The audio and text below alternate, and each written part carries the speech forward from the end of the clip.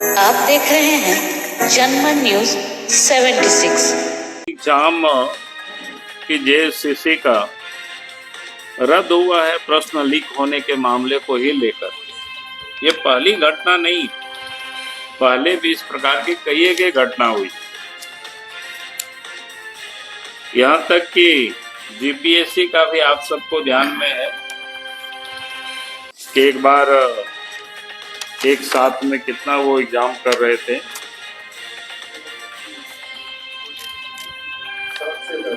7 से लेकर के 10 तक,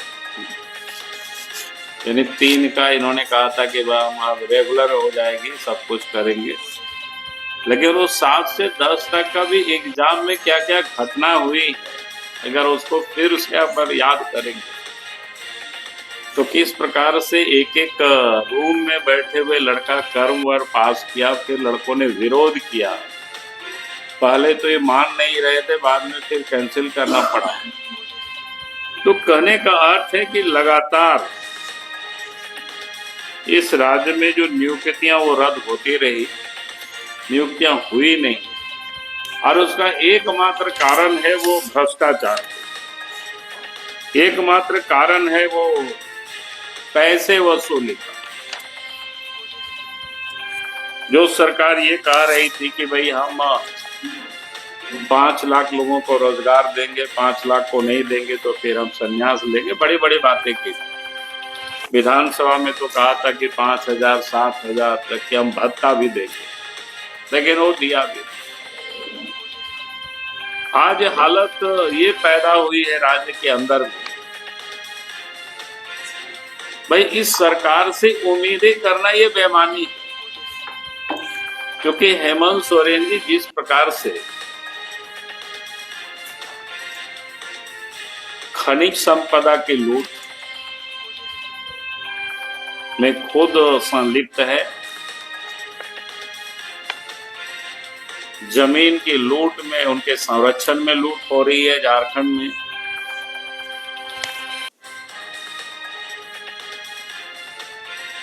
और यहाँ तक कि आप तो ये रोजगार यानी क्या कहते हैं नियुक्ति की भी ये लूट है एक प्रकार से। इसको भी इन्होंने पैसा कमाने का एक जरिया बना लिया।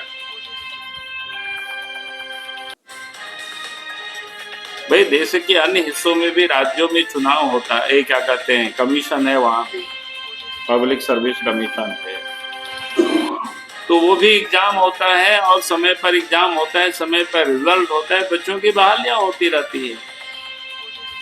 लेकिन झारखंड में तो इन 4 वर्षों में जिस प्रकार से इन्होंने दावे किया था, 4 वर्षों में क्या हुआ किसी से छुपा हुआ है। अब तो हेमंत सोरेन से उम्मीद भी नहीं की जा सकती, जो कि इस राज्य की ये जो मुख्यमंत्री है, कोयला के लूट में इनका संरक्षण प्राप्त है, बालू के लूट में इनका संरक्षण प्राप्त है, लोहा की लूट में संरक्षण प्राप्त है, जमीन के लुटेरों को संरक्षण प्राप्त है, और यहां तक कि आप तो ये जो सरकारी वैकेंसी भी है, तो ये सर्विस भी बेचा जा रहा है, यानी झारखंड के बच्चों के साथ, भविष्य के साथ ये खिलवाड़ किया जा रहा है। और मैं तो ये कहता हूं कि अगर 30-35 लाख और 50 लाख दे करके कोई सहायक बनेंगे, यानी करप्शन की बुनियाद को वही डालेंगे, फिर झारखंड का क्या होगा ये समझ सकते हो। और जिस राज्य के मुख्यमंत्री हैं, पिछले दिनों आप सबने देखा कि ईडी ने जांच की, उनके कई ठिकानों में छापा मारे, उनके कई शागिर्द लोगों के पास करोड़ों रुपया भी बरामद हुआ, और कई एक अफसरों के ऊपर, इंजीनियर के ऊपर जो दलाल थे, बिचौलिया थे, केस करने के लिए सरकार को लिखा गया पत्र, आज तक उसमें से केस नहीं किया। अगर ये ईमानदार होते, करप्शन पर इनके सख्त होता, तो फिर जो भी भ्रष्ट अफसर थे उनके ऊपर कार्रवाई करते, केस करते, लेकिन वो तो इन्होंने किया नहीं, और आप इनसे तो उम्मीद ही नहीं की जा सकती। और आप तो हद हो गया कि भी जिस राज्य के मुख्यमंत्री, उनसे अब जनता कैसे भरोसा करेंगे? नौजवान क्या भरोसा आप करेंगे? जिस राज्य के जो मुख्यमंत्री ईडी से डर के मारे भागते फिरे, सीबीआई से डर के मारे भागते फिरे, छुप करके दिल्ली से भाग करके रांची आ जाए, तो आप समझ सकते हो कि इस राज्य के कहां चला जा रहा है और उससे इस राज्य की जनता को सुरक्षा कैसे मिल सकती है। ये तो लगता है कि अपराधियों के एक गिरोह को इन्होंने खड़ा कर रखा। भारतीय जनता पार्टी चाहे वो कितना किला बना ले, भारतीय जनता पार्टी इसको छोड़ेगी नहीं। हम सब लोग इसको आंदोलन करके और उनकी जहां असली जगह है वहां पहुंचा करके हम सब लोग विश्राम करेंगे। क्या पता कि ये भागेंगे। और मैं तो बार बार कहता हूं, ये भागते भागते इनको एक दिन हटवा तो जाना ही पड़ेगा। और ये तो हमें याद कराया उनके अपने पिताजी का, जब वो कोयला मंत्री थे, पार्लियामेंट में बैठे हुए थे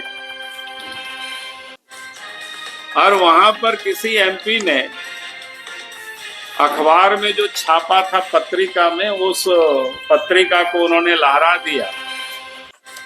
प्रधानमंत्री वहीं बैठे हुए थे, वो पीछे से उठ करके वहां से भागे और कई एक दिनों तक भागे रहे, आप सब लोगों को पता है। लेकिन उसके बाद अंत भी क्या हुआ, उसकी अंत की परिणति वो भी आप सब लोगों को पता है। उस समय कोई बीजेपी की सरकार नहीं थी, उस समय कोई क्या बोलते हैं। आप देख रहे हैं जनमन न्यूज 76।